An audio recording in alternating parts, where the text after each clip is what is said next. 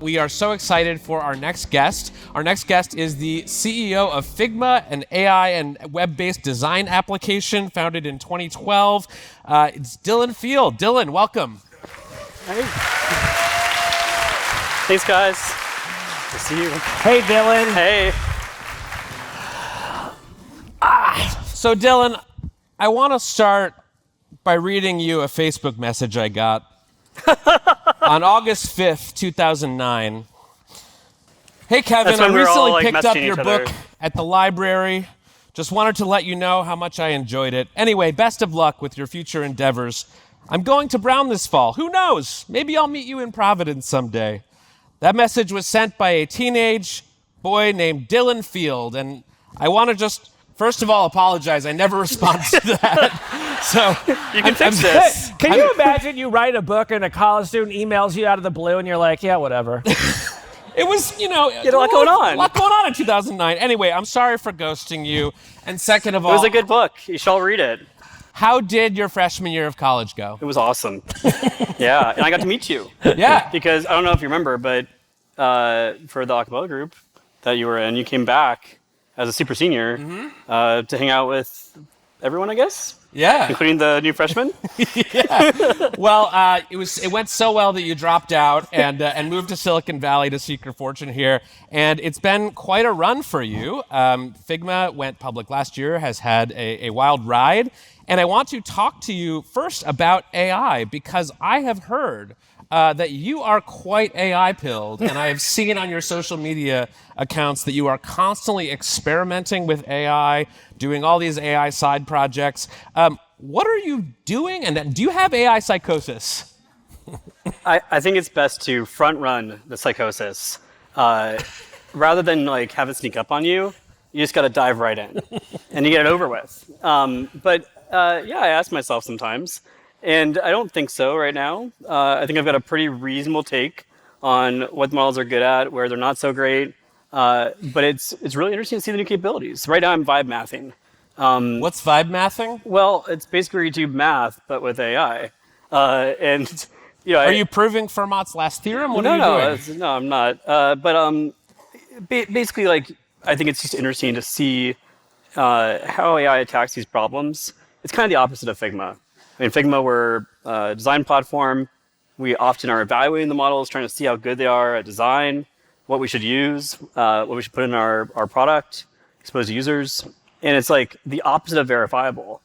You and I could look at something and disagree or agree on the merits of it and the design merits of it. But, there are some domains like math, some aspects of computer science where things are correct or they're not. And so I think it's really cool to see that range. And the verifiable domains models are very good at now. Casey vibe mathed his way through high school. They flunked him, but I'm glad it's going better for you. I don't have any results, so just be very clear.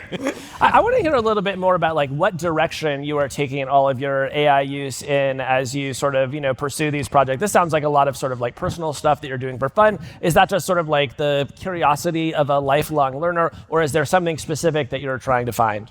I find that just in general, the more that you explore new technology, you don't know how it's going to pay off or what benefit it will have, but it ends up having some benefit in weird ways you can't expect.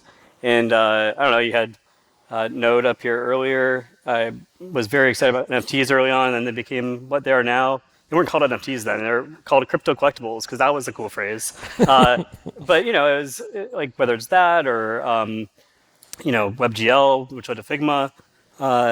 I just always try to explore stuff and go deep on it, figure out the new capabilities because you can find ways to use them.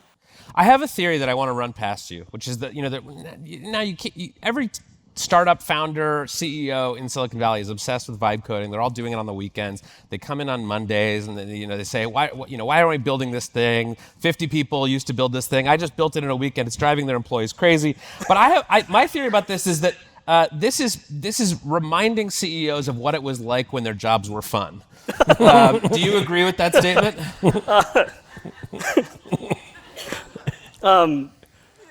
You said you're fearful of that. No, that's my theory. Oh, theory. Okay, sorry, I misheard you. I think that people like to make things, and they like to design stuff, and they like to actually put their ideas out in the world in a more tangible way. And I think we're just going to see more of it from everyone. not just CEOs trying to have fun on the weekend. Speaking of making stuff, Figma recently launched an ad campaign organized around the idea, sort of making fun of the idea that design is dead, sort of a more common sentiment maybe in the era of AI. Make that case for us, that design is not dead in a world where I can just sort of type what kind of app I want into a box. This is a real roller coaster from my 2009 Facebook message now to design is dead. Covering it all. It's taking a turn. No, I mean the look. I think that there's so many hot takes online. I'm sure you get a few of them an hour. Sure. And I think when new models drop, everyone's looking for something that they can say is dead. Because on social media now, it's like either you're so back or it's so over. And I prefer to be back. But no, I mean, in terms of the case, I mean, look, like it's interesting to see folks catch up to the capabilities. And it's like, yeah, you can do a lot. But the average sort of response from AI, whether it's a domain like writing, my hot take right now would be, I actually think that people that know how to write and actually engage in thinking, critical thinking around writing, it's a good time for them. It's a good time for them. Yeah, well, you told me, but I think so. Yeah. It's like half the audience is applauding. They're like, I don't know, should we not? Is it too are we sucking up? I mean, I think to the extent that writing is a showcase for your critical thinking abilities, yes, having great critical thinking skills are always a boon. But it's also style. What's that? It's a style of writing. Sure. If you're funny, if you've got an actual way you phrase things, if you have voice. And I think it's especially true right now in a way that wasn't a few years ago. 3-5 years ago, I would have said, oh man, there's a lot of people on social media that are writing really interesting things, and we're in this world where there's Substack and people are putting content there and it's really good. And now I look at that and I'm like, man, it's a lot of Claude. Maybe I'm over rotated even on identifying people that are basically using AI to write. Yeah. Same thing's true for design. Folks are basically looking at these websites or applications and seeing the average. Maybe they're even over-identifying it. But I think if you have a creative voice, writing or design, you put yourself out there and you take a risk, this is a good time to do that. It's something that's going to be rewarded. And I can imagine, maybe in your view, there's a world where the fact that I can use an AI tool to quickly whip up a design might make me more interested in actually getting good, right? And Yes. sort of not settling for the first generation. Yeah, exactly. It's how do you not settle for the first draft, the first thing out there, the first output, and actually mold it and craft it and push it further. And I think that the more you can do that, the more you'll stand out, and also the more you'll be differentiated. And I think that we saw the data recently on the number of apps in the App Store. It went up a ton, but the number of apps actually being used and getting frequent traffic is still the same. And so you're basically in this hyper-competitive environment now where you have to differentiate. You really have to lean in and figure out how to have a unique voice and a unique take, a unique point of view, just like writing. The big buzzword in San Francisco right now is taste. Everyone's talking about taste as the sort of bulwark against being replaced by AI. If you have taste, you'll be fine. It's the first time taste has ever been a big subject in San Francisco, I think. Yes, this is a city that made Allbirds. Yeah, proudly tasteless since 1821. And then I've heard some people argue that actually taste is just the word we give to the stuff that the models aren't very good at yet. Researchers in AI used to say, but they don't have taste. And then the models got better and it was oh, wait a minute, maybe they can do all of the taste parts of the job too. So defend the concept of taste as being either important or cope from people who just haven't used the good models yet. I mean, the cycle seems to be the model comes out, you think it can do everything, you discover the limits, and then you realize that life goes on. And will at some point that be different and affect the world in a different way? Perhaps, we'll see. But so far it seems like everyone's adapting, and part of that adaptation is realizing the sort of new average that's being put out by the models. And I think it's not even, you don't even have to defend taste and people having taste, because then we'd argue about, do they? To just recognize people can detect the average. They can detect that output and they can dare to do more. But I also do believe that this is a great time to be creative. And I think that the more the models put out that's in distribution, because that's how the models are trained. They're trained on distribution of data. And if you're in distribution and you're not actually pushing the bounds, like I think that you're in a worse shape than if you're actually going and exploring the frontier of human knowledge, creativity, and what you can put out in the world, and making something that's fundamentally new as an expression of yourself. So I get excited about that. I get excited about our opportunity to be the place where people can really unlock their creativity at Figma, and or one of the places, there'll be many, and just like creating tools that can empower people. I'm curious if you're seeing a reaction in the world of art and design to AI and what that looks like, right? You think back, and the invention of the camera gets us impressionism. Mm-hmm. Do we have an analog for that yet in the design world now that AI makes design easier to access? I think it's interesting how we're seeing some of that reaction maybe in the world of marketing and advertising. I don't know if maybe it's happening in the art world. Like I would have expected by now that people be really into sculpture in a way that they're not, or just things with textures. And that'd be my like art thesis, so probably don't hire me as an art advisor. But like, I think that that's probably a natural reaction, is like lean into the things that are not digital. Whereas I think in advertising now we're seeing ways to prove authenticity, to prove that you are actually making something that is not generated by AI. And some companies are really going for that. In the world of design, I think that what we're going to see and what we are starting to see, a lot more interactivity, a lot more creativity, people really making software more of a creative medium. I think back to the early days of the internet, and it was so fun. And I feel like the last 15 years or so, like basically the time we've been working on Figma, we kind of have been in a bit of a rut, honestly. A lot of very monoculture takes when it comes to design and the way it expresses.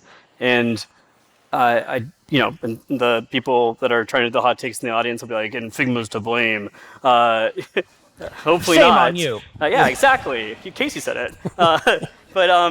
No, I think that the more we can do to make it so that people can push further and like actually create really dynamic interfaces, as well as marketing and media in general, the better.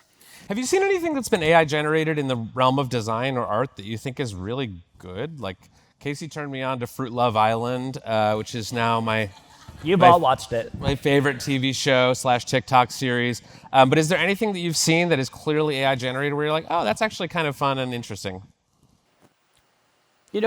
Yes, and also it wears off fast. I think it's just like any style. I'm on season 3 of Fruit Love Island, so okay, not it for all hasn't of us. worn off yet. Not yet. The pineapple had an affair. The papaya and the banana are about to hook up. It's great. Oh, wow. Sounds tantalizing. I'll have to watch later tonight. I want to come back to something that you were saying about writing earlier. It's just sort of been on my mind ever since you brought it up, because you were bringing about the fact that, we have Substack now and a lot more people are writing, which I agree with you is super cool. When Satya was here earlier, he brought up this post that he had read that was on Substack today. I happened to read the same post because it was on TechMeme, and I read it, and I'm just going to say it was Claude generated, okay? And it irritated me as somebody who's always trying to get my stories on TechMeme, because I'm just reading like the output of a prompt.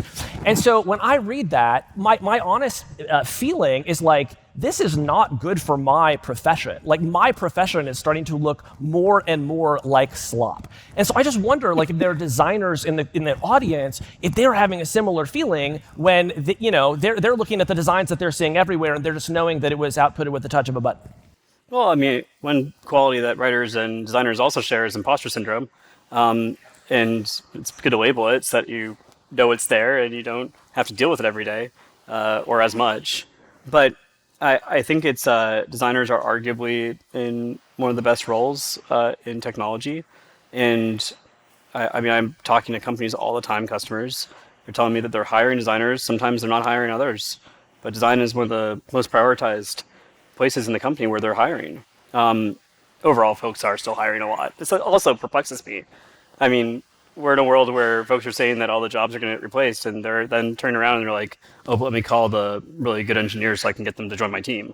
So it just doesn't make sense to me right now in general, but I am very, very bullish on design and the role it'll play in accelerating companies further. So you think like 2 years from today, like there are more people whose job title is designer than they have it today?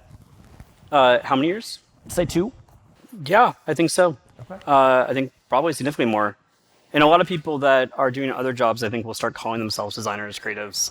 I think in general, we're seeing more of this kind of generalist vibe that people are feeling like they have to embody.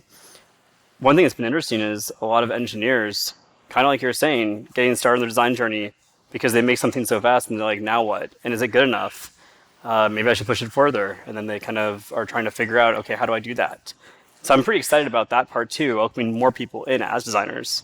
I have a friend in the audience tonight who is a product manager who started out as a non-technical person and is now able to create really amazing prototypes just with the advance of AI tools. I can see a world where design gets added into that portfolio as well. Mm-hmm. I think that at the end of that, like that job probably has a different name than PM. I mean, not all of it will be great design, but Yeah. the act of like considering it and being thoughtful about what you're doing, and then actually putting it out and taking a risk, man, it's design. Yeah. Dylan, this is a lot of high-minded conversation. Let's gossip. Okay. About what? Earlier this year, Mike Krieger, former board member at Figma, a product lead at Anthropic, co-founder of Instagram, he suddenly resigned from your board. And just days later, Anthropic announced Claude Design, which feels a little Figma adjacent. So what the heck happened there? I mean, you just told a story. But I mean, let me be clear. Like, Mike is a great dude. And someone I really care about. Would you let another AI lab executive onto your board in the future?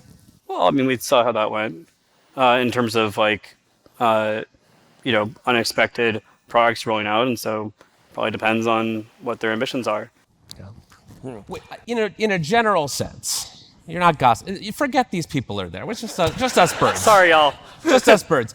In a general sense, I think a lot of CEOs are worried about the AI labs sort of integrating more vertically, like taking over insurance companies or accounting firms. We're starting to see some of that happen, where these labs are just kind of expanding into all the adjacent industries and really creating tough times for the companies in those industries already. Do you expect that to continue? Are these labs just kind of going to continue to grow and grow and grow and just become these like amorphous blobs that just create havoc for all the smaller startups in those fields? Well, I mean, let's tell a tale of two AI labs. You got OpenAI and Anthropic, and OpenAI kind of went through that journey. They launched a lot of stuff, social network even, Sora, which I really enjoyed. I know you did too, Casey. I had some fun. Yeah. Anyway, so speaking of AI generation, I mean, I did enjoy watching myself breakdance. And you'll see him do it again later tonight. With the robot. Anyway, yeah, I mean, I think that, then they've made the hard call of actually shutting that down and focusing the efforts of the company. And that's a hard call to make. But respect that they did it. And then also, I think, you've got Anthropic is kind of in its arc of being more expansionary, their thinking, launching a lot of stuff. And I think you see what works and what doesn't, and then you see a year later what happens. I mean, I think the more interesting question is a year or 2 years out, like where will they be playing still? And not everything works. It's hard to build product and get it out in the world. What are some things that you think they will attempt and fail at? Oh, I don't know. Safety? Joking.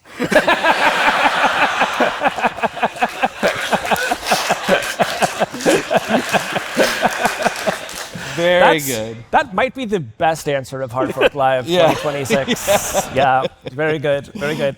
Dylan, you run a public company. It's enterprise SaaS. The market is very skeptical of that right now. Your job seems hard. How is it going for you? And do you think you convince the market that there is a bright future for you and your enterprise SaaS brethren? I don't have to. So Elon Musk is doing it. You're the son, right? Yeah. I mean, was it 22.9 trillion on enterprise applications. Let's go. I'll pretend to know what you mean. No, I mean, like, but actually, I mean, how do you put that out there and not go, wow, and software is huge? I mean, he made it bigger than the entire space economy. Right. So, you know, two What do you tails. make of? Okay, I'm told we only have a few minutes left, but I'm told that you have a desire to talk about hyperstition. What is hyperstition, and why are we supposed to know about it? I guess someone from our team told you that. This is, I mean, getting back to the abstract conversation. Sorry, y'all. But it's basically someone who's kind of like an internet edgelord came up with this term. Don't look him up. But I do think there's like a really interesting idea here, which is how do you describe this phenomenon where ideas, memes summon their own existence? And the two examples that I think are really good at this, one is Bitcoin, and the other one's AI. Why did Bitcoin work? There's every reason to believe in the world that Bitcoin would not work, and yet it just snowballed. And basically, the more attention it got, the more basically strong it became. And AI is the same way. You know, there's all these folks that cared so much about safety, so much that they thought, okay, we got to do this in the right way. We got to form nonprofits and like get together, and like all of us got to be in one place so that we can like really shepherd this technology into the future. And we've got to make sure we don't create a race dynamic, for example. We got to make sure that we have these complex corporate structures that we can make sure that this benefits humanity in the best ways possible. But then it's like, okay, well, there's a lot of like really powerful stuff you can make with AI, and people are people. It's hard to always get along, and there's always an incentive to break apart. And well, hello, race dynamic. Here we are. Can I try to repeat back to you what I've heard so far, Yeah, and you tell please. me if I'm right or not? Communicate it better than me.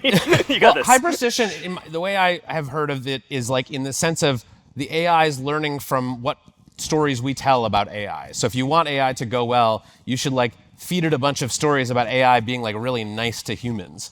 That's part of it too. I think that it's like also the case that AI is like painfully aware in some cases of all these tropes that are on the internet about it. It'll talk to you about the Google engineer that thought it was conscious. It'll talk with you about sort of the stories around science fiction and the ways that it's been depicted. It's very aware. It's all in the training set. And, there's not as much information for some reason in the training set, data set of these stories where it goes well. But I actually do think there's an optimistic future for humanity.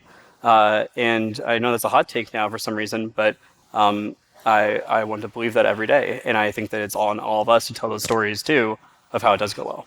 And so it might be a good time to write some stories about how things could go well, just to make sure it gets into the training data. Exactly, you got it. You have your homework for this evening. Dylan Field, thank you so much thank for you. joining us. Thanks, guys. Thank you. Thanks so much, Dylan. Thank you. Have a good night. Thank you.